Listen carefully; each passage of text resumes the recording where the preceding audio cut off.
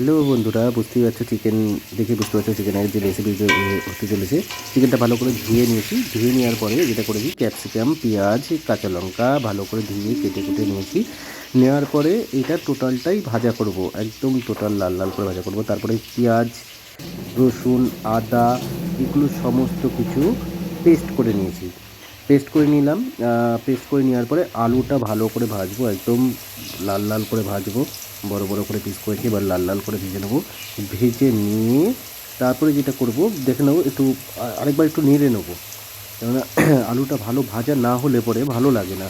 তো ভালো আলুটা একটু ভালো করে লাল লাল করে ভাজা করে নেবো। ভাজা করে একটু বারবার করে একটু নাড়বো যাতে আলুটা না লেগে যায় বা না পুড়ে যায়। আলুটা ভাজা হয়ে গেছে দেখতেই পাচ্ছ। এবার ক্যাপসিকাম, পেঁয়াজ আর কাঁচা লঙ্কা এটাকে টোটালটাকেই ঢাকা তেলের মধ্যে ভালোভাবে ভাজবো যাতে লাল লাল হয়ে যায়। তো আমরা ভেজে নিই, চলো।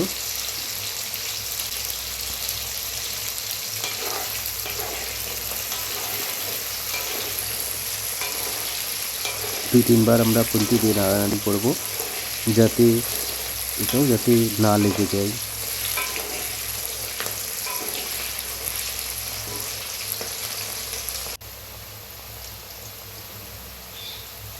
চলো, প্রায় আমাদের হয়ে গেছে ভাজাটা, প্রায় ভাজা ভাজা হয়ে গেছে। এই দেখো আমাদের লাল লাল করে পুরো ভাজা হয়ে গেছে। ভাজাটা তুলে ফেললাম। এবার যেটা করব, দুটো শুকনো লঙ্কা, 3টে শুকনো লঙ্কা দেবো, একটু জিরে ফোড়ন দেবো, দিয়ে ভেজে নেবো। তারপরে শুকনো লঙ্কা, একটু কাশ্মীরি লঙ্কার গুঁড়ো, একটু চিনি, পেঁয়াজে যেটা হচ্ছে আমরা দিয়েছিলাম, পেস্ট করেছিলাম পেঁয়াজ, রসুন, আদা, সমস্ত দিয়ে ভালোভাবে কষিয়ে নেবো, ভালো করে ভেজে নেবো, ভালোভাবে একদম ভেজে নেবো।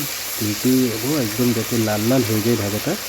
ভালোভাবে কষিয়ে নেবো যাতে পেঁয়াজ রসুনের কাঁচা গন্ধটা যে না থাকে, তার জন্য ভালোভাবে একদম পুরো ভালোভাবে ভেজে নেবো।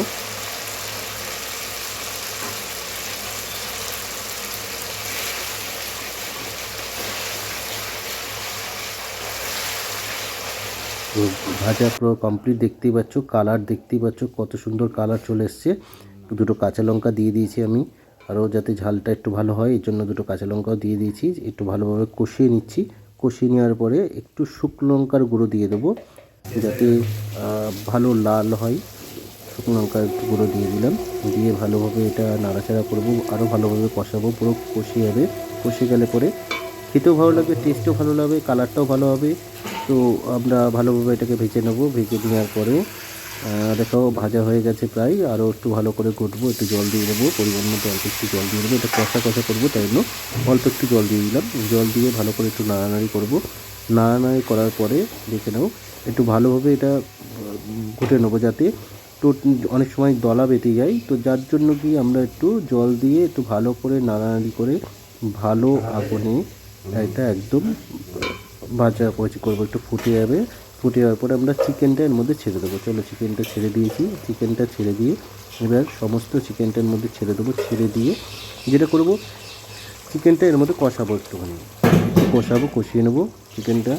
যারা মনে করো যে জল একটু বেশি দিয়ে করবো, তারা জলটা একটু বেশি দিতে পারো। একটু লবণ দিয়ে দিলাম, লবণ দিয়ে দিয়েছি। লবণ দেওয়ার পর একটু ভালোভাবে এটা নেড়ে চেড়ে নেবো যাতে মশলাগুলো, সমস্ত মশলাগুলো চিকেনের মধ্যে প্রবেশ করে। তো আমরা চিকেনটা ভালো করে নাড়ানাড়ি করলাম। চিকেনটা ভালোভাবে নাড়ানাড়ি করে একদম যাতে চিকেনের মধ্যে সমস্ত মশলাগুলো ঢোকে, যার জন্য চিকেনটা টোটালি নাড়ানাড়ি করে একদম নেড়ে টেড়ে ভালো করে ফোটাবো। ভালো করে ফুটিয়ে নেবো। দেখো আমরা ভালো করে ফুটিয়ে নিচ্ছি। এই ভালো করে নাড়ানাড়ি করছি, একটু নেড়ে নেবো। 2-3 মিনিট নেড়ে নেবো। নেড়ে নেওয়ার পরে যেটা করবো, দুটো টমেটো কেটে দেবো।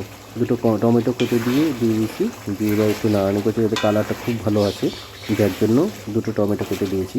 টমেটো কেটে তোমরা যদি মনে করো পেস্ট করে দেবো, পেস্ট করেও দিতে পারো, কিন্তু পেস্ট করে দেওয়ার থেকে কেটে গোটা টমেটোটা দেওয়াই বেটার। এবার যেটা আমরা করবো দেখে নাও, একটুখানি একটু ঢেকে দিয়েছিলাম। তো ঢেকে দিয়ে একটু সিদ্ধ করেছিলাম, ঢাকাটা হয়তো আমি দেখাতে পারিনি। তো ঢেকে দিয়েছি। এবার দেখো ফুটছে কেমন করে, আবার একটু ঢেকে দেবো, কিছুক্ষণ পরে আবার ঢেকে দেবো যাতে ভালো হয়। তো আমরা ঢেকে দিয়েছি। এবার যেটা করবো দেখে নাও, আমাদের মোটামুটি কষিয়ে গেছে ভালোভাবে। এবার একটু ভালোভাবে কষে গেছে, আরও একটু কষাবো যাতে একটু জলটা টেনে যায়, কারণ কষা কষা খেতে ভালো লাগে। ঝোল খেতে, যারা ঝোল খেতে ভালোবাসে তারা ঝোল একটু পরিমাণ মতো দিয়ে দেবে। আমরা একটু কষা কষা করেছিলাম, রুটির সাথে খেয়েছিলাম। তো তোমরাই বলবে কেমন হয়েছে, কেমন লাগলো রেসিপিটা। যদি ভালো লেগে থাকে তোমরা বলবে। এবার যেটা আলুটা ভাজা ছিল আলুটা দিয়ে দিলাম। আলুটা দিয়ে এবার একটু ভালোভাবে নাড়াচাড়া করে দেখে নাও, ভালোভাবে একটু নাড়াচাড়া করলাম যাতে আলুর মধ্যে মশলাগুলো ঢোকে। তো আমরা ভালোভাবে কষিয়ে নিচ্ছি, কষিয়ে নিলাম ভালোভাবে। এবার যেটা করবো কি, আরও দুটো টমেটো টুকরো দিয়ে দেবো এর মধ্যে। টমেটো টুকরো দিয়ে ভালোভাবে নাড়াচাড়া করবো। কালারটা বুঝতেই পারছো, কালারটা কত সুন্দর কালার এসছে, দেখে নাও কালারটা দারুণ কালার এসছে। তোমরাই বলবা, কমেন্ট করে বলবা। এবার যেটা আমরা ক্যাপসিকাম পেঁয়াজ এগুলো ভাজা করেছি ওর মধ্যে দিয়ে দিলাম, দিয়ে এটাকে ভালোভাবে নাড়াচাড়া করবো। তোমরা বাড়িতে করে খেয়ে দেখবে, বলবা কেমন হয়েছে। আর ভালো লাগলে পরে অবশ্যই লাইক শেয়ার কমেন্ট অবশ্যই করতে ভুলো না। আর যদি ভালো লেগে থাকে অবশ্যই শেয়ার করো। আজকালকার দিনে সবাই বলে ছেলেরা কিছু পারে না, ছেলেরা কিছু পারে না, রান্না করতে পারে না। তো রান্নাটা করে দেখালাম। যদি ভালো হয়ে থাকে অবশ্যই লাইক কমেন্ট শেয়ার করে দিও। আর রেসিপিটার নাম অবশ্যই বলতে ভুলো না, রেসিপিটার নাম কী, রেসিপিটার নাম